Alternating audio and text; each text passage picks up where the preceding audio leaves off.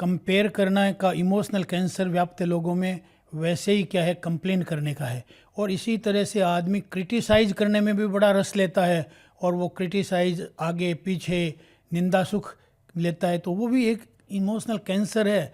और इसके अलावा जो है कंपटीशन करता रहता है, और इसके अलावा कॉन्फ्लिक्ट करता रहता है, दूसरे का विरोध करना, बिना बात ही कई लोग विरोध करते हैं।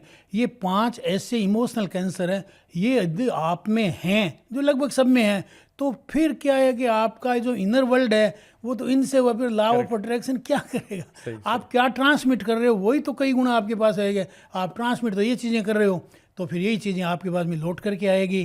फिर दूसरे को दोष दोगे, विक्टिम खुद हो, और ब्लेम दूसरों पे करते हो, तो वो ये एक और नई बीमारी। यानी पत्नी तो दोषी नहीं है, अब उसे दोषी बता रहे हो। इसीलिए मैंने कहा कि यज्ञ वाला बात, छोटा यज्ञ से तो सिंपल बताया, वो करिए और खुद को। तो मैंने आपसे कहा इंडिविजुअल ग्रेटनेस आपने पाई, पर्सनल ग्रेटनेस, लीडरशिप ग्रेटनेस, पत्नी को, बच्चों को, सबको आपके साथ जोड़ा, सब एक हो गए। और अब एक दूसरे को पसंद करते हो, भाई भाई से नमस्कार करता है, दिवाली होली भाई मिलते ही नहीं है, बड़ी प्रॉब्लम। अब आने लग जाएंगे जब उन्हें मिलते हो कि यहाँ पर हमारी कदर होती है, साथ में बैठ करके चाय पीते हैं, साथ में बैठ करके करते हैं। और महिलाएं तो बड़ी सृजनशील होती है, वो काम करेगी आपके साथ, तो वो तो मन लगा के करेगी, तो आपको बड़ा अच्छा रहेगा। दिरानी जेठानी भी आराम से साथ साथ रह सकेगी। एक अपने मोटिवेशनल स्पीकर ने, मैंने कहीं वीडियो में सुना, उसने कहा हम 20 परिवार थे, 3 भाइयों की संतानें, हम 20 वर्ष तक एक साथ रहे। यानी ये उन मोटिवेशनल को मैं उनकी तारीफ़ करता हूँ पीठ पीछे कि ये तो बहुत उपलब्धि रही उनकी। ओके, तो ये बात जो है अपन कर सकते हैं कि अपन जो इन 5 कैंसरों का इलाज करने का एक तरीका है, वो क्या है, गायत्री मंत्र कीजिए, और फिर गायत्री मंत्र के प्रति कृतज्ञ रहिए। देखो, अब कृतज्ञता की बात मैं कहना चाहूँगा, ये जो है 5 कैंसर्स और कोई तरीके से नहीं मिटेंगे। क्यों? क्योंकि जेनेटिकली आए हुए हैं आप में, हेरिडिटरी आए हुए हैं। हेरिडिटरी नहीं, ये आपको बीइंग ए बायोलॉजिकल बीइंग हो, ह्यूमन बीइंग हो, इसलिए आए हुए हैं। तो ये आपको हटाने के लिए एक ही शस्त्र है, वो है कि आप ग्रेटफुलनेस कीजिए। ग्रेटफुलनेस का एक ऐसा आंकड़ा पकड़ लो, पहले तो सामर्थ्य नहीं है ना, तो किसका ग्रेटफुल। सामर्थ्य विकसित कीजिए तो क्षमा कर पाओगे। वीर को क्षमा आभूषण देती है, शोभा करती है। कमजोर आदमी क्या क्षमा करेगा।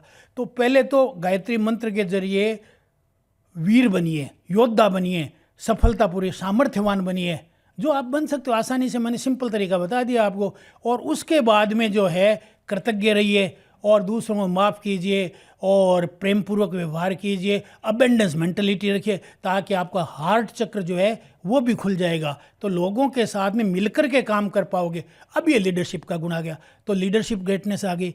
तीसरी मैं कहता हूँ, अब आप एक बड़ा ऑर्गेनाइजेशन बना पाओगे। इतनी मैंने बातें बता दी ना, यज्ञ करना, और तो एक ऑर्गेनाइजेशन को हेड कर पाओगे, तो आप में ऑर्गेनाइजेशनल पावर आ जाएगी।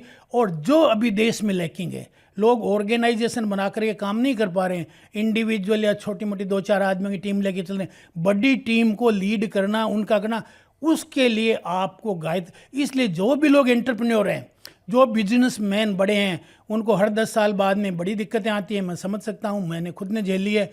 उन 10 वर्षों बाद जो दिक्कत आए, बिजनेस साइकिल एडवर्स हो जाए, तो मेरी बात याद रखना, इस गायत्री मंत्र का प्रयोग करके देखना, आपका रास्ता खुल जाएगा और आप में ऑर्गेनाइजेशनल कैपेसिटी बढ़ जाएगी, तो आप और ज़्यादा बड़े एंटरप्राइज को संभाल सकेंगे।